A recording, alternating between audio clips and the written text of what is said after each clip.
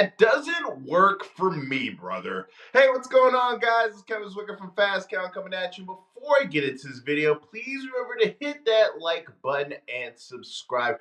Fresh off of Darby Allin's comments a few weeks ago on Ariel Helwani's pod, where he talked about wrestlers having egos and not wanting to do jobs. We have a mutiny, a walkout take place last weekend on Collision, where we saw Nixon Noel, the former Tegan Knox in WWE, and Amanda Ali's walk out because they did not want to take an L on Collision. Now, the story is still fluid. There is still details that are supposed to be coming out. You see Nixon Noel and Amanda Ali's, teasing, giving their side of the story out on social media. But from all the reports that are coming out, that's what took place. Nixon Noel and Amanda Lees did not want to do the job on Collision. This was their second appearance in AEW. The first appearance they had was another tag team match against Penelope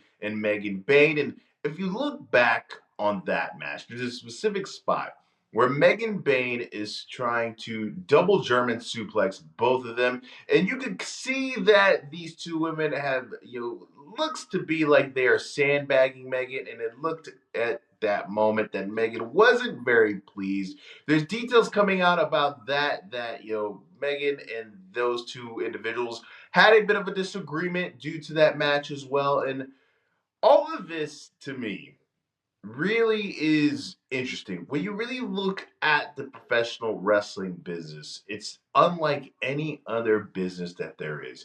It's so much egos involved. It's a predominantly male industry with a lot of testosterone, but it's so interesting to me when you really break things down and think about it. This is staged, predetermined, fake, whatever word that you want to use for it, it is make believe.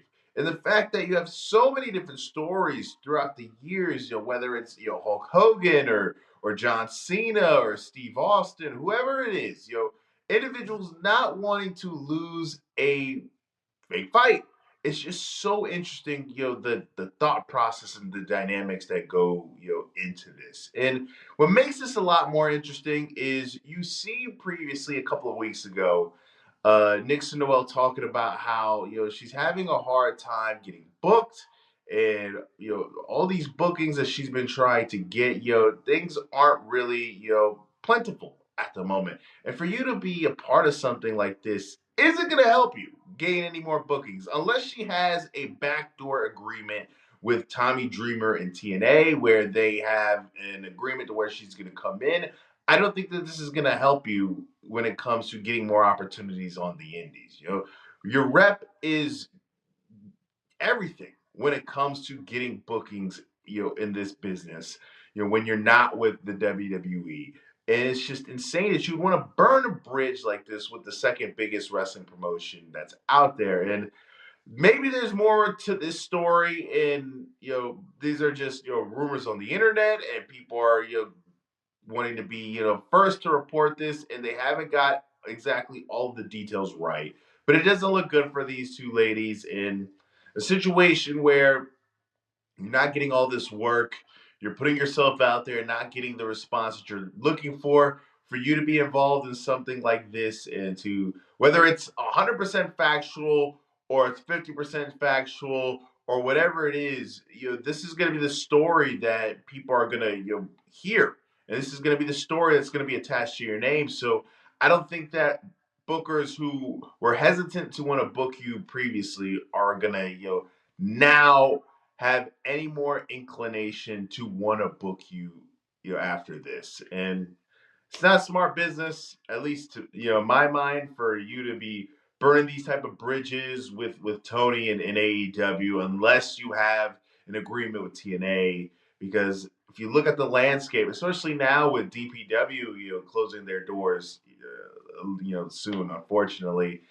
there's not a lot of other places where you can go where you're going to get that level of TV exposure. It's really three places, right?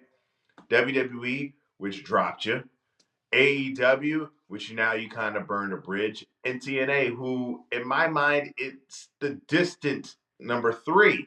So I don't know what's going on.